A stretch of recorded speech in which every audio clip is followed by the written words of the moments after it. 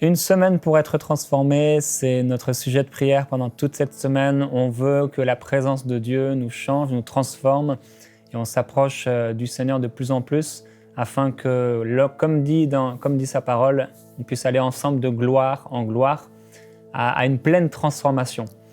Et hier, avec notre pasteur invité, pasteur Stéphane, on a eu l'occasion de partager sur ce sujet encore, comment on peut être transformé, comment on peut marcher dans l'esprit, et comment on peut aussi laisser le Seigneur agir à travers nous, comment on peut petit à petit nous éloigner des choses charnelles et nous approcher de plus en plus du Seigneur. Et finalement, hier, on a parlé de comment aussi on peut offrir nos corps, livrer nos corps comme des membres qui puissent devenir, une fois livrés à Dieu, un culte agréable, des membres qui servent à honorer Dieu, à adorer Dieu, à servir Dieu. Et aujourd'hui, on veut parler de faire de Jésus son Seigneur. Alors, c'est très intéressant comme, comme sujet. Et aujourd'hui, vous allez avoir l'opportunité, peut-être vous dites, mais moi, voilà, Jésus est déjà mon Seigneur, il est déjà dans ma vie. Alors, qu'est-ce que ça veut dire, finalement, faire de Jésus son Seigneur? J'aimerais lire un texte, Jérémie, qui parle de ça, dans Romains 7, à partir du verset 19. C'est Paul qui parle, il dit « Car je ne fais pas le bien que je veux, et je fais le mal que je ne veux pas. Si je fais ce que je ne veux pas, ce n'est plus moi qui le fais, c'est le péché qui habite en moi. Je trouve donc en moi cette loi, quand je veux faire le bien, le mal est attaché à moi, car je prends plaisir à la loi de Dieu, selon l'homme intérieur. Mais je vois dans mes membres une autre loi qui lutte contre la loi de mon entendement et qui me rend captif de la loi du péché qui est dans mes membres. Misérable que je suis, qui me délivrera de ce corps de mort ?» Et au verset 25, « Grâce soit rendue à Dieu, par Jésus-Christ, notre Seigneur. Amen. » Amen. Là, Paul fait un constat, et on voit qu'au verset 22, il va dire qu'il prend plaisir à la loi de Dieu selon l'homme intérieur. Et on a vu hier que notre esprit régénéré prend toujours plaisir à la loi de Dieu. Et c'est Jésus qui dira aux disciples à Gethsémanée que l'esprit est bien disposé, même si la chair est faible. Et c'est vrai que le signe que quelqu'un est né de nouveau, c'est que dans son esprit, il a envie de prendre plaisir à la loi de Dieu. Il a envie d'obéir, il y a ce désir de plaire à Dieu, de se sanctifier, de chercher le Seigneur. Mais Paul dit au verset 23 que dans ses membres, dans sa chair, il y a une autre loi, la loi du péché qui lutte contre la loi de son entendement, la loi de son esprit, et qui le rend encore parfois captif de la loi du péché qui est dans ses membres. Et là, Paul va pousser un cri. Au verset 24, il va dire « Misérable que je suis, qui me délivrera du corps de cette mort ?» Et je crois que c'est bon parfois de s'arrêter et de pousser ce cri. Dans nos vies chrétiennes, quand on sent qu'il y a des temps où le péché prend le dessus, « Seigneur, misérable que je suis ». Et je crois que ça commence par là, ça commence par un constat. « Seigneur, je veux plus tomber, je veux plus chuter, je veux plus pécher ». Et bien sûr, la bonne nouvelle, c'est que dans les Écritures, on sait qu'un jour, Dieu nous délivrera de ce corps. À la résurrection des morts, à l'enlèvement de l'Église, si on est encore vivant, on sera transformé dans les airs en un clin d'œil et le corps de mort sera changé en un corps glorieux. Mais là, au verset 25, il donne également la solution. Et il va dire « Grâce soit rendue à Dieu par Jésus-Christ notre Seigneur ». Et là, c'est intéressant. Il ne dit pas « Jésus-Christ notre Sauveur », mais « Jésus-Christ notre Seigneur ». Et je crois qu'il y a une différence entre Jésus Sauveur et Jésus Seigneur. Par exemple, Jésus Sauveur, pour moi, c'est celui qui nous guérit, et Jésus guérit, celui qui nous bénit, celui qui nous fait du bien, celui qui nous rend prospères, celui qui pourvoit nos besoins. Mais il y a une dimension où Jésus n'est pas juste le Sauveur, mais il est le Seigneur. Ça veut dire que le Seigneur, c'est en grec, simplement, c'est le propriétaire, c'est le maître, celui qui a le contrôle de tout. Et Paul est en train de dire que s'il réalise que Jésus n'est pas juste le Sauveur, mais le Seigneur de sa vie, avec ce corps, il ne peut plus faire n'importe quoi. Parce que ce corps appartient complètement à Dieu. Et je prends un peu cet exemple pour imager, c'est comme si la caissière d'un supermarché, lorsqu'elle fait rentrer l'argent dans la caisse, elle s'occupe, elle gère la caisse, elle sait que la caisse ne lui appartient pas.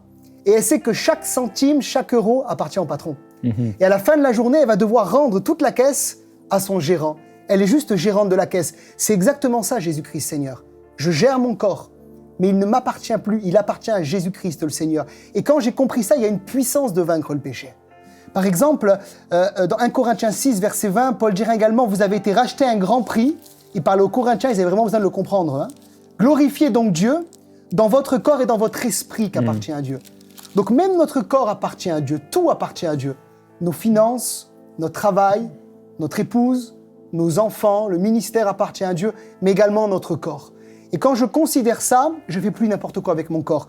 Et il dira également dans Romains 6, verset 20, « Lorsque vous étiez esclaves du péché, vous étiez libres à l'écart de la justice, quels fruits portiez-vous alors? Des fruits dont vous rougissez aujourd'hui, car la fin de ces choses, c'est la mort. Mais maintenant, étant affranchis du péché et devenus esclaves de Dieu, vous avez pour fruit la sainteté. » Donc il est en train de dire, vous n'êtes pas libres, vous êtes esclaves. Esclaves de qui? De Jésus-Christ le Seigneur. Et je crois que dans les milieux chrétiens, ce n'est pas un thème qui est trop prêché. Souvent, on dit aux gens, vous êtes libres. Et oui, on est libre. Libre de quoi? Du péché, libre de la malédiction de la loi, libre de la maladie, libre de la mort, libre des démons, libre de Satan. Mais on n'est pas libre de faire ce qu'on veut. Avant, on était esclave de Satan. Maintenant, on est libéré pour être esclave de Christ le Seigneur. Et je crois que c'est important de se considérer comme un esclave de Jésus. Et à l'époque du Seigneur, il y avait des esclaves. Il y avait les libres et les esclaves. Et les esclaves, ils étaient corps et âme à disposition de leur maître. Ça veut dire qu'à tout moment, le maître pouvait les appeler, les utiliser. Et il savait très bien qu'ils étaient esclaves, ils appartenaient à celui qui les avait achetés. Et Christ nous a racheté un grand prix, on lui appartient. Et quand on sait ça, on ne fait pas n'importe quoi avec notre corps. Il y a une parole que j'aime beaucoup dans Matthieu 11, versets 28 et 29, où Jésus dira « Venez à moi, vous tous qui êtes fatigués et chargés, et je vous donnerai du repos. » Et cette parole, elle est vraie. Si quelqu'un nous regarde encore et a besoin de repos, cette parole, elle est vraie. Jésus donne du repos. Ça, c'est la dimension de Jésus sauveur. Il libère, il enlève les jougs, il détruit les œuvres du diable, il nous pardonne, il nous relève, il nous restaure. Mais au verset 29, il dira « Prenez mon joug sur vous et recevez mes instructions, car je suis doux et humble de cœur, et vous trouverez du repos pour vos âmes, car mon joug est doux et mon fardeau est léger. » Et souvent, ça, on ne le prêche pas, Jérémie. On s'arrête à la première partie, le salut, on est délivré, on est guéri, Jésus est un sauveur. Mais une fois qu'il nous délivre du péché, il met sur nous un joug. Un joug, certes, qui est doux et léger, mais c'est un joug quand même. Et c'est le joug qui nous permet de marcher dans la bonne direction. Parce qu'à l'époque, lorsqu'on prenait un joug et qu'on le mettait sur un bœuf, ça servait à ce que le bœuf marche dans la bonne direction, qu'il puisse tracer un sillon, qu'il marche droit. Et c'est également l'image du service, du travail, parce que le bœuf travaillait beaucoup. Et ça nous montre que lorsqu'on est libéré par Jésus, la dimension de Jésus Sauveur, on doit passer à la dimension de Jésus Seigneur, où Christ met un joug sur nous. Je ne fais plus n'importe quoi avec mon corps. J'obéis à ses instructions, à sa parole, et je marche dans la direction qu'il m'a donnée. Et là, je crois qu'il y a pour moi une victoire sur le péché. Alors, j'ai fait un petit quiz qui nous permet de savoir si Jésus est le Seigneur. Par exemple, si j'ai l'occasion de dormir 1 heure de plus le matin, ou de faire 1 heure de grasse matinée, qu'est-ce que je choisis? Un temps avec Jésus le Seigneur ou un temps de grâce matinée? Par exemple, si également, je sais que j'ai l'occasion d'assister à un temps où l'Église va plus loin dans la transformation, un jeûne et prière, un temps d'adoration, où il y a un bon film à la télé, il y a un bon temps devant un bon match de foot, qu'est-ce que je choisis? Le temps où Christ est Seigneur, mon temps lui appartient, je suis plus juste gérant de mon temps et je vais me laisser transformer, ou une occupation personnelle? Même si ce n'est pas interdit, mais quand même, qu'est-ce que je choisis? Je choisis également de donner ma dîme, mon offrande à Dieu, ou un achat personnel. Je choisis l'occasion de travailler peut-être le dimanche matin pour 60 € de plus, ou le culte de louange, d'adoration que je dois à Dieu. Et je crois que c'est bon de se poser la question, est-ce que Jésus est vraiment le Seigneur de ma vie? Est-ce qu'il est juste un sauveur qui me fait du bien? Quand j'ai besoin, je m'approche de lui, il me relève, il me pardonne, il me guérit, il me console, il m'encourage. Ou Jésus est le Seigneur. Et un Seigneur, ça veut dire que tout lui appartient. D'ailleurs, c'est très intéressant dans les évangiles de voir comment Jésus va appeler les disciples. L'appel de Christ est un appel d'un Seigneur et non pas d'un sauveur. Par exemple, lorsqu'il va rencontrer Matthieu, dans Marc 2, verset 14, il vit Lévi, fils d'Alphée, assis au bureau des péages. Il lui dit « Suis-moi ». Lévi se leva et le suivit. Il n'est pas dit que Jésus est venu en disant « Si tu veux, écoute, j'ai un petit travail pour toi, tu seras bien payé, tu seras bien, tu seras béni, tu seras dorloté. » Non, viens et suis-moi. Et à l'instant, il laisse le travail qu'il mène. Il était péagé, ça devait bien rapporter à l'époque, pour suivre Jésus. Je pense également au jeune homme riche. Il vient vers Jésus, Jésus lui dit « Va, vends tout ce que tu possèdes, donne-le aux pauvres. Viens, suis-moi, tu auras un trésor dans le ciel. » La Bible dit qu'il est parti tout triste, parce qu'il voulait un sauveur, mais pas un Seigneur. Il n'était pas prêt à tout abandonner, à tout lâcher pour le Seigneur. Jésus dira qu'à la fin des temps, plusieurs lui diront « Seigneur, Seigneur », mais il ne les connaîtra pas. Vous qui commettez l'iniquité, éloignez-vous de moi. Et c'est bon de savoir si on dit juste « Seigneur, Seigneur » ou si Jésus est véritablement le Seigneur de notre vie. Et ça, c'est une clé pour la transformation, Jérémie. Aujourd'hui, est-ce que si quelqu'un se dit, après ce que tu as partagé, Jésus n'est pas le Seigneur de ma vie, comment cette personne pourrait faire de Jésus son Seigneur? Bon, ce sont des choix, comme tu l'as partagé. Ouais. C'est aussi une décision du cœur, j'imagine. Ouais. Je crois qu'il faut s'approcher du Seigneur. Et je crois que d'abord, il faut considérer qui est Jésus. Si on voit que Jésus est encore le petit Jésus de la crèche ou celui des évangiles, bon, c'est sûr qu'on se dit c'est un sauveur.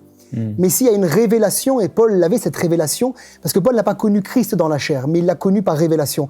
Si la révélation vient, on sait qui il est. Par exemple, dans Apocalypse, chapitre 1, Jean va décrire qui est Jésus glorifié dans le ciel. Et lorsqu'on voit ce Jésus-là, on peut faire de lui que notre Seigneur. C'est pas possible qu'il y ait un compromis qui soit juste sauveur. Paul dira aux Colossiens que tout a été créé par lui, pour lui, en lui. Il est la tête, il est le commencement, le chef du corps de l'Église. Toute plénitude habite en lui. Quand je sais ça, c'est pas juste un sauveur, c'est un Seigneur. Et cette révélation m'amène à m'offrir pleinement à Christ. Amen. Est-ce que tu voudrais prier pour les gens qui écoutent aujourd'hui, pour qu'ils reçoivent cette révélation? Parce que comme tu le dis, c'est une révélation, ça vient d'en haut, ça vient du ciel, et on ne peut pas le créer nous-mêmes. Même, je crois, en méditant, on a besoin d'une révélation. Est-ce que tu voudrais prier pour les gens qui se sentent interpellés par rapport à ce que tu as partagé, qui se disent c'est vrai, dans le petit quiz et les questions aussi qui sont venues à leur esprit, Jésus n'est pas vraiment le Seigneur de ma vie. Est-ce que tu voudrais faire ça pour eux? Amen. Bien sûr, alléluia. Amen. Seigneur, nous sommes devant toi, alléluia. Saint-Esprit, nous t'invitons vraiment à venir maintenant. Nous t'invitons à descendre dans ce lieu. Nous t'invitons à venir sur tous ceux qui nous regardent et qui nous écoutent maintenant. Afin que merveilleux Saint-Esprit, merveilleux consolateur, toi qui nous conduis dans toute la vérité, tu viennes maintenant les convaincre de la seigneurie de Jésus. Que tous ceux qui nous regardent n'aient pas juste la révélation d'un sauveur, de celui qui est là pour nous faire du bien, même si nous déclarons que tu es celui qui nous fait du bien, mais que tu es le Seigneur de notre vie, celui qui t'est offert pour nous, celui qui est monté à la droite de Dieu, qui est glorifié et qui intercède pour nous.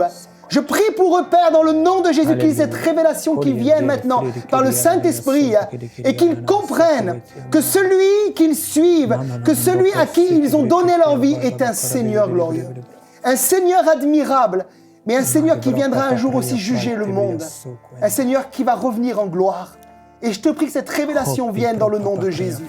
Et que tout ce qui serait lié à des fausses conceptions de l'Évangile, à une conception erronée, à une conception qui les amènerait simplement à voir le côté facile de l'Évangile, soit détruit dans le nom de Jésus. Bien que l'Évangile soit un évangile de grâce, c'est un évangile également qui nous demande de livrer notre vie, Seigneur. Et je te prie de convaincre et de libérer maintenant. Ta grâce nous suffit pour, comme Paul, vivre la seigneurie de Jésus et être vainqueur dans tous les domaines de nos vies et d'écraser le péché sous nos pieds.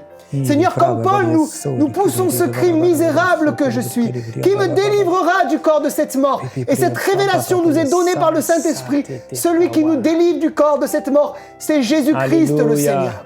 C'est lui et lui seul. Et nous lui offrons nos vies, et nous lui offrons nos corps, et nous lui offrons notre cœur, et nous nous reconsacrons une seconde fois à celui qui est le Seigneur, celui qui vient bientôt, celui qui vient juger les vivants et les morts. Seigneur, sois adoré pour ta présence, sois adoré pour qui tu es, le Seigneur de ma vie. Renouvelle leur intelligence, Seigneur, afin qu'ils comprennent qui tu es. Dans le nom de Jésus, j'ai prié. Merci, Père. Agis maintenant.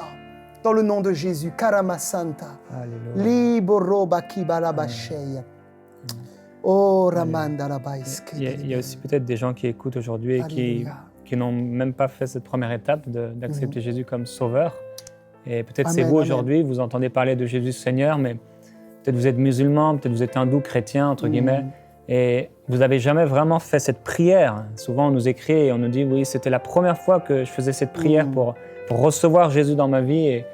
Et si vous avez le désir en vous de recevoir Jésus-Christ, le reconnaître comme sauveur, on aimerait prier pour vous. Amen. Parce qu'il dit qu'il ne rejettera pas celui qui vient à lui. Il ne rejette personne, mais il est prêt, disposé, comme on peut le voir à la croix, les bras tendus pour vous recevoir et pour pardonner tous vos péchés. Et je vais te demander si est-ce que Amen. tu pourrais prier Alléluia. avec eux ou pour eux Bien sûr, et bien sûr. les encourager à recevoir. Amen. C'est un Donc- privilège de vous conduire vers le Seigneur.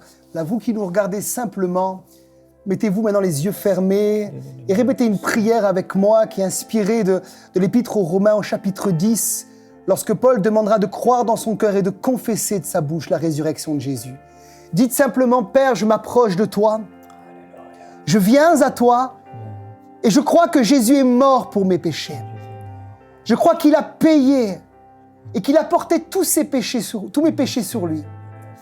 Et maintenant, je me repens de tous mes péchés et je crois également que Jésus a été mis au tombeau et que le 3e jour, il est ressuscité d'entre les morts, Alléluia. selon les Écritures, pour ma justification. Et je le reçois et je l'accepte maintenant comme Sauveur et Seigneur. Et je reçois son repos. Et je reçois sa guérison. Et je reçois sa délivrance. Et je reçois sa vie nouvelle. Et je suis transformé et régénéré par son esprit. Merci Christ de le faire maintenant, dans le nom de Jésus. Père, je prie pour tous ceux qui nous regardent maintenant, que là où ils soient libérés du péché, libérés de cette vieille nature adamique qui les tenait liés à la puissance des ténèbres, et qu'ils rentrent maintenant dans ton royaume de lumière. Seigneur, s'ils sont malades, tu les guéris là où ils sont. Seigneur, s'ils sont liés, tu les délivres. Alléluia. Seigneur, s'ils sont esclaves de quelques péchés ou de certaines malédictions, soyez libres au nom de Jésus maintenant. Que tout ce qui vous retenez dans le royaume de Satan soit anéanti et détruit Alléluia. aujourd'hui. Et que vous receviez Gloire. cette vie nouvelle que Christ offre à celui qui vient, lui, dans la repentance. Merci Oh, Jésus. alléluia. Confirme ta parole dans ses vies, dans le nom de Jésus-Christ. Gloire à toi, Amen, merveilleux Seigneur. Jésus-Christ. Amen. Alléluia. Amen. Alléluia. Si vous avez fait cette prière pour recevoir Jésus pour la première fois, à la fin de cette émission, vous pourrez nous écrire à l'adresse qui va s'afficher. On va continuer à prier. Père, on te remercie d'avoir envoyé Jésus comme Sauveur, mais aussi comme Seigneur. Et Seigneur Jésus-Christ, aujourd'hui, on fait ce Merci. choix à Merci, nouveau de Jésus. te reconnaître comme notre Seigneur, celui qui dirige notre vie. Et en tant que ton épouse, on choisit à nouveau aujourd'hui, Oui. au quotidien de notre vie, de te faire Seigneur, Amen. de te suivre, de suivre tes commandements, tes lois d'amour, d'être toujours plus proche de toi, Oh Jésus. de t'obéir. Merci Tu Seigneur. as dit dans ta parole que tes brebis, elles entendent ta voix. Elles entendent ta voix, elles la reconnaissent. Et tes brebis sont là aussi pour t'obéir. Merci pour ton bâton parce qu'il n'est pas là pour frapper, mais il est là pour nous diriger, pour nous conduire. Et tu es le Seigneur de nos vies. Tu es venu pour nous diriger. Tu nous diriges dans la vérité parce que tu es la vérité. Tu nous conduis dans tes voies parce qu'elles sont pures. Tes voies sont pures. Oui, Tes voies Jésus. sont des délices. Les délices de notre âme, les délices de nos cœurs. Et tu as dit que si on s'attache à toi, si on fait de toi notre Seigneur, si on fait de l'Éternel nos délices, tu nous accorderas au-delà tout ce que notre cœur désire. Jésus, Jésus, nous t'invitons. Nous te reconnaissons, Jésus, T'invitons, Seigneur. Seigneur T'invitons, et Jésus. puissant. Alléluia. Gloire à Alléluia. toi. Merci parce que Tu es le Seigneur de ma ton vie. serviteur a dit qu'il ne te connaissait plus selon la chair, mais selon l'esprit. Et je prie, Père, pour une révélation spirituelle, surnaturelle, pour cette personne qui regarde maintenant. Jésus, Seigneur, donne une révélation, Alléluia, illumine Jésus. son esprit, Amen, ouvre amen, amen. les yeux de Recevez son dans le nom de cœur, Jésus. Alléluia. cette ouvre les yeux de son révélation. cœur pour qu'il puisse voir, qu'elle puisse voir, recevoir cette révélation de Jésus, Seigneur, Jésus qui dirige le temps, Jésus qui dirige les mouvements, Jésus qui dirige les dépenses, Jésus qui dirige les pensées, Jésus qui dirige la façon dont on gère notre temps, l'agenda, Jésus qui dirige nos relations, Jésus qui dirige les choix de nos vies. Oh Jésus. Oui, on te déclare Seigneur. Alléluia. Et si vous avez pris des décisions dans votre vie personnelle pour déménager, pour étudier, pour changer de travail, peut-être changer d'église, aujourd'hui posez-vous la question, avez-vous posez la question au Seigneur. Amen, amen, amen, amen. Vous a-t-il parlé ou est-ce Alléluia. une chose qui est venue de votre propre cœur, de votre intelligence? Kelevaro Est-ce que c'est venu de l'intérieur de votre propre intelligence, de vos propres désirs? Ou est-ce que c'est venu du Seigneur Jésus? Ce choix, ce contrat, ce désir de déménager, de changer de pays, est-ce que c'est Jésus le Seigneur qui vous a parlé? Ou est-ce que c'est votre propre vie qui vous dirige? Et rappelez-vous dans Ésaïe au chapitre 53, chapitre 54, la parole de Dieu nous rappelle dans ces passages, Ésaïe 53, 6, « Nous étions tous errants comme des brebis, chacun suivait sa propre voie, et l'Éternel a fait retomber sur lui la faute de nous tous. » Et peut-être vous êtes aujourd'hui errante comme une brebis errante. Vous êtes perdu, égaré comme ce fils prodigue qui est loin de la maison de son père. Peut-être vous êtes égaré, vous êtes un enfant de Dieu, mais vous marchez n'importe comment comme il a été dit. Votre corps, vous faites n'importe quoi avec. Et vous êtes comme cette brebis errante, égarée, suivant votre propre voie. Aujourd'hui, faites de Jésus, oui, le Sauveur, mais faites de Jésus votre Seigneur aussi. Choisissez de ne pas marcher par vous-même, de ne pas suivre votre propre voie, mais de suivre la voie du Seigneur. Et encore dans un autre passage dans Proverbes, où à nouveau Dieu nous parle et Dieu nous encourage à faire de lui notre Seigneur. Dans Proverbes au chapitre 3, au verset 5, il dit « Confie-toi en l'Éternel de tout ton cœur et ne t'appuie pas sur ton intelligence. Reconnais-le dans toutes tes voies et c'est lui qui aplanira tes sentiers. Ne sois point sage à tes propres yeux, mais crains l'Éternel et écarte-toi du mal. » Hier, on a parlé de la crainte de Dieu, et que cette crainte de Dieu soit sur vous. Amen. Pour toujours laisser Jésus à cette place de Seigneur. Et il dit, confie-toi en l'Éternel de tout ton cœur. Et je vais vous encourager à la maison par rapport à ces choix que vous êtes en train de prendre, cette décision, la façon dont vous dépensez l'argent même, la façon dont vous faites des offrandes. Peut-être vous n'en faites absolument pas, et pourtant Dieu aimerait, parce qu'on le voit dans sa parole, il nous amène à faire des offrandes, il nous amène à donner aux pauvres, il nous amène à faire du bien. Et peut-être vous ne le faites pas. Est-ce que Jésus est Seigneur de votre argent? Est-ce que Jésus est Seigneur de votre agenda? Ce sont des questions dans la prière qu'on peut se poser. Et laisser toujours plus de place au Seigneur. On veut te reconnaître, Seigneur Jésus. Jésus. Dans notre agenda, on veut te reconnaître. Oui, Seigneur. Dans l'argent que tu mets dans nos mains. Alléluia, Jésus. On veut te reconnaître. Te reconnaissons. Comme Seigneur. Te reconnaissons. Viens, Jésus. Jésus. Viens. Seigneur, j'ai en particulier à cœur de prier pour tous ceux qui nous regardent, Seigneur, et qui souffrent de ce problème de la rébellion. Ta parole nous dit dans Éphésiens que nous étions des fils de la rébellion, des enfants de colère. Notre nature pécheresse nous conduisait à la rébellion à cause du péché d'Adam, à cause de notre père Adam qui, lui, a été rebelle dans le jardin. Mais en Christ, la délivrance de la nature de péché nous amène à être des enfants obéissants et soumis. Amen. Et je prie pour tous ceux qui nous regardent et qui ont des problèmes, des liens, des luttes, des combats, des difficultés, des chaînes dans la rébellion, Seigneur, afin que tu les rendes libres dans le nom de Jésus et que tu les amènes à se soumettre, Seigneur, à obéir aux autorités que tu as mises sur leur vie. Certains, c'est votre pasteur. Il y a de la rébellion, il y a de la difficulté à obéir. Pour d'autres, c'est simplement la police, l'État, les gouvernements, tous ceux qui sont au-dessus de vous. Pour d'autres, c'est votre mari. Pour d'autres, c'est votre patron. Mais il y a comme une lutte intérieure. Et je crois que apprendre à obéir nous amènera également à obéir à la seigneurie de Jésus. Soumettez-vous, apprenez à vous soumettre. Ils les reconnurent pour avoir été avec Jésus. Qu'on nous reconnaisse pour être doux et humble de cœur, pour porter le joug de Christ, pour obéir à ses instructions et pour ne pas être des enfants rebelles, là où Dieu nous a placés. Merci Seigneur de les aider et de les visiter dans le nom de Jésus, par la puissance de ton Saint-Esprit. Amen Jésus. Alléluia. Alléluia. Oh Père, je prie pour Alléluia.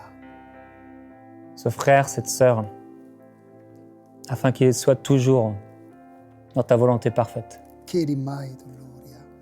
Je prie que toujours, Père, cet ami qui regarde soit au cœur de ta volonté parfaite. Je prie qu'aucun ne se perde, mais que chacun soit au cœur même de ta volonté. Il y a quelqu'un qui dit maintenant, mais moi je ne sais même pas ce que c'est la volonté de Dieu pour ma vie. Et la parole de Dieu déclare que si tu médites sa parole, alors il te montrera quelle est sa volonté. Amen. Je vais lire pour toi ce passage. C'est tellement important pour toi d'être dans la volonté de Dieu, au cœur même de sa volonté.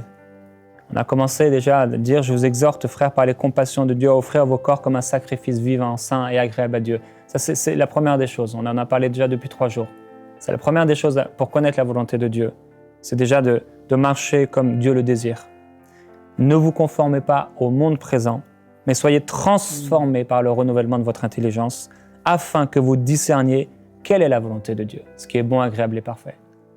Et on a besoin d'être transformés dans notre intelligence. Et comment? C'est par sa parole. Alors passez du temps dans la parole de Dieu.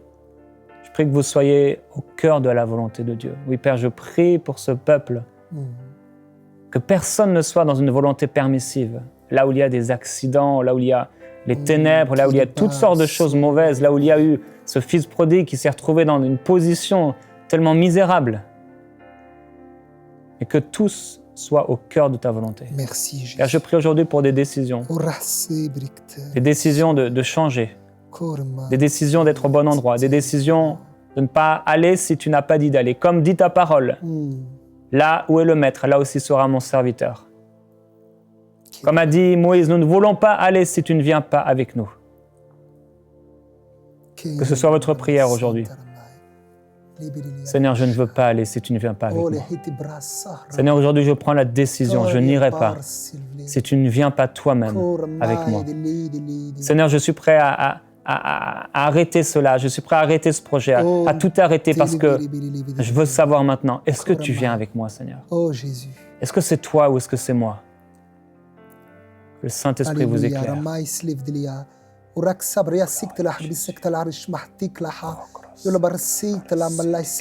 suis très très fort sur le cœur de prier aussi pour ceux qui peut-être n'ont pas fait de pas dans le domaine des finances. Je crois surtout dans les pays francophones, on a une difficulté à semer dans le royaume de Dieu et à avoir Jésus comme Seigneur de nos finances. Et je crois que ce qui nous lie, c'est la peur.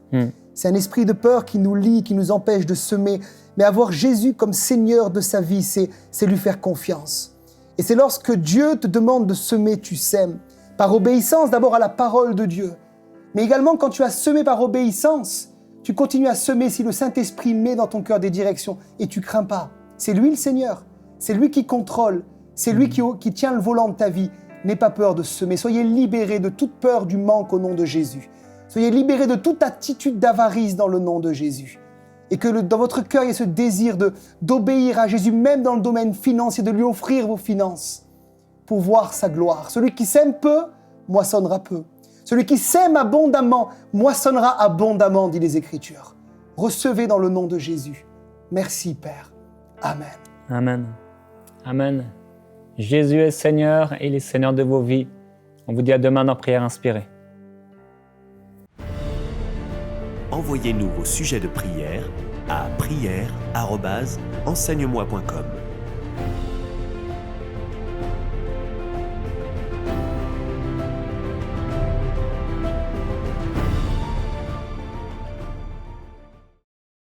Cette émission est rendue possible grâce au précieux soutien des partenaires d'Enseigne-moi Canal International.